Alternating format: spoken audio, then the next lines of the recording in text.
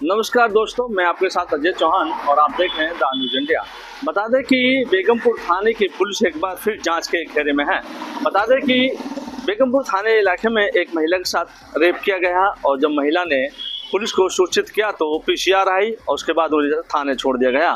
बता दें कि महिला का आरोप है कि जिस व्यक्ति ने उसके साथ ये रेप किया था वो व्यक्ति को पहले जानती थी, लेकिन उस महिला ने उस व्यक्ति से नौकरी मांगी थी और नौकरी के बहाने उस महिला को होटल में बुलाया। और बता दें कि महिला का आरोप है कि महिला को नशीला पदार्थ यानी कहीं न कहीं उसे वाइन पिलाई गई या फिर कोई मदिरा पिलाई गई जिससे कि उसको नशा हो गया।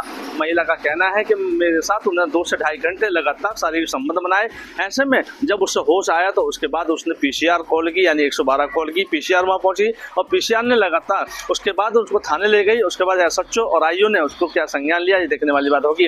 पहले तो उसको धमकाया गया। बता दें कि महिला का आरोप है कि मुझे धमकाया गया है, थाने के अंदर मेरे मारपीट का केस दर्ज कराया गया जबकि मेरे साथ रेप किया गया था। लेकिन जब वो एसीपी के पास पहुंची तब उसके बाद रेप केस का मामला सामने आया है। उसके बाद उसका मेडिकल कराया गया। उसके बाद उसको 164 के बयान हुए। लेकिन महिला का आरोप अभी भी है कि जो आरोपी है वो अभी भी पुलिस से बाहर है, यानी पुलिस ने उस आरोपी को गिरफ्तार नहीं किया गया है। आखिरकार ऐसा क्या मामला है कि एफआईआर के बाद और पीसीआर के बाद लगातार जो मेडिकल रिपोर्ट आई उसके बाद जब 164 के बयान हुए तो जो आरोपी है रेप का वो अभी तक बाहर क्यों है, यानी कि कहीं न कहीं पुलिस की ये लापरवाही सामने देखने को आ रही है।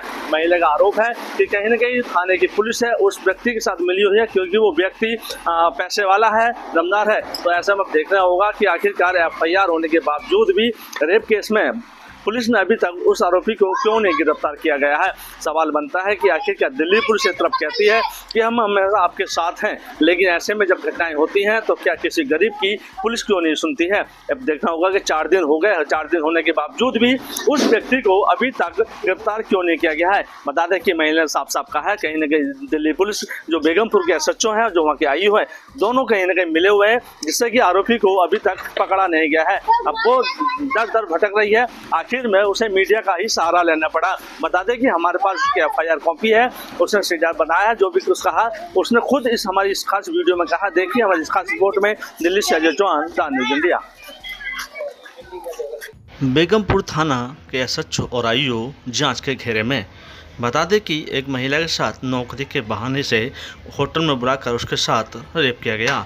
जब पुलिस को सूचित किया गया तो पुलिस लगातार आनाकानी करती रही और एफआईआर और 164 के बयान होने के बाद भी आरोपी पुलिस से बाहर है, यानी कि पुलिस लापरवाही देखने को मिल रही है। यानी कि अभी तक एफआईआर होने के बावजूद 164 के बयान होने के बावजूद भी आरोपी को दिल्ली पुलिस ने नहीं गिरफ्तार किया गया। बेगमपुर थाने पर लगे गंभीर आरोप। क्या कुछ कह रही है महिला, सुनिए उनके और मुझे थोड़ी जॉब की नीड थी बयानों से। जॉब के नीड के रिगार्डिंग मैंने उससे बात करी थी, व्हाट्सएप पे हमारी बात हो रही थी जॉब के लिए।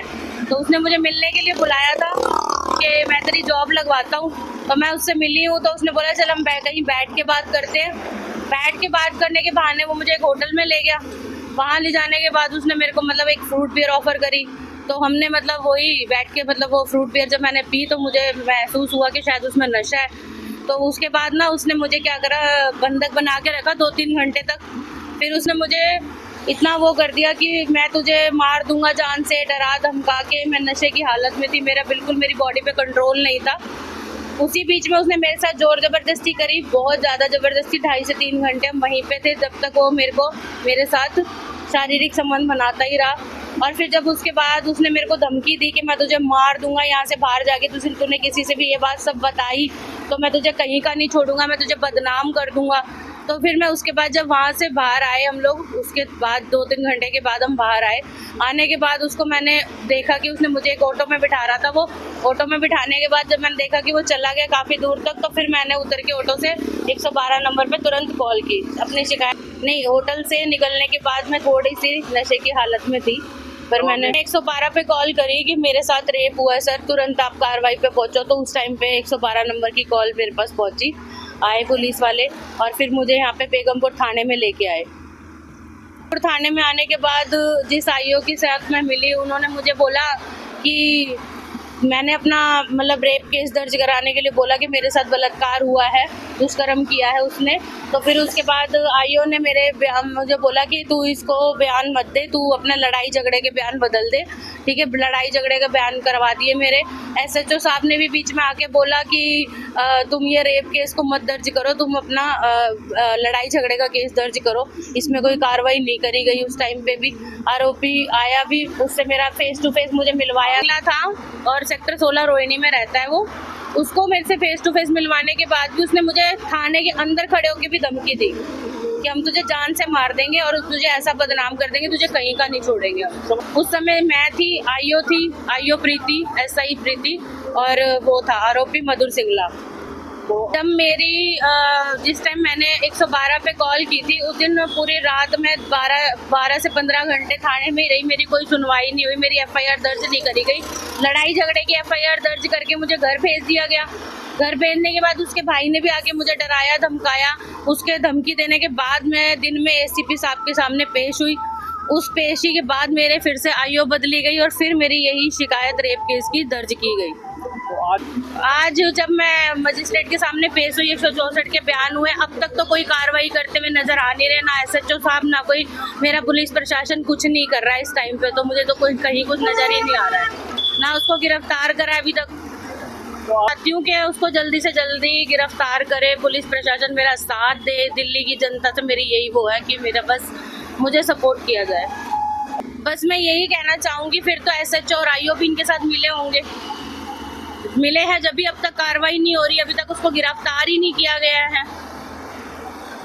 तक तो मुझे कोई उम्मीद नजर आ ही नहीं रही है। जब मेरे मजिस्ट्रेट के सामने बयान होने के बाद भी मुजरिम फरार चल रहा है, घूम रहा है इधर उधर बिल्कुल खुला, तो अभी तक तो मुझे लग नहीं रहा है कुछ हो भी रहा है। कोई कार्रवाई की जा रही है, कुछ नहीं लग रहा है। बदले नहीं थे, मेरे बयान बदलवाए गए थे कि तुझे इस रेप केस के बयान में तुझे बहुत आगे तक जाना पड़ेगा, तेरे ससुराल तक बदनामी हो जाएगी, तेरे माँ बाप में बदनामी हो जाएगी, हर जगह तेरा नाम इसी तरीके से बोला जाएगा। और फिर एसएचओ के कमांड के ऊपर ही आईओ ने मेरे बयान बदलवा दिए। तो क्या अब आप मांग करती हैं? बस मैं यही चाहती हूँ कि उनको जल्दी से जल्दी गिरफ्तार किया जाए। बस संसद से लेकर सड़क तक, कानून से लेकर व्यवस्था तक, खेत से लेकर खलियान तक, खबरों का खजाना देखते रहिए द न्यूज इंडिया पर।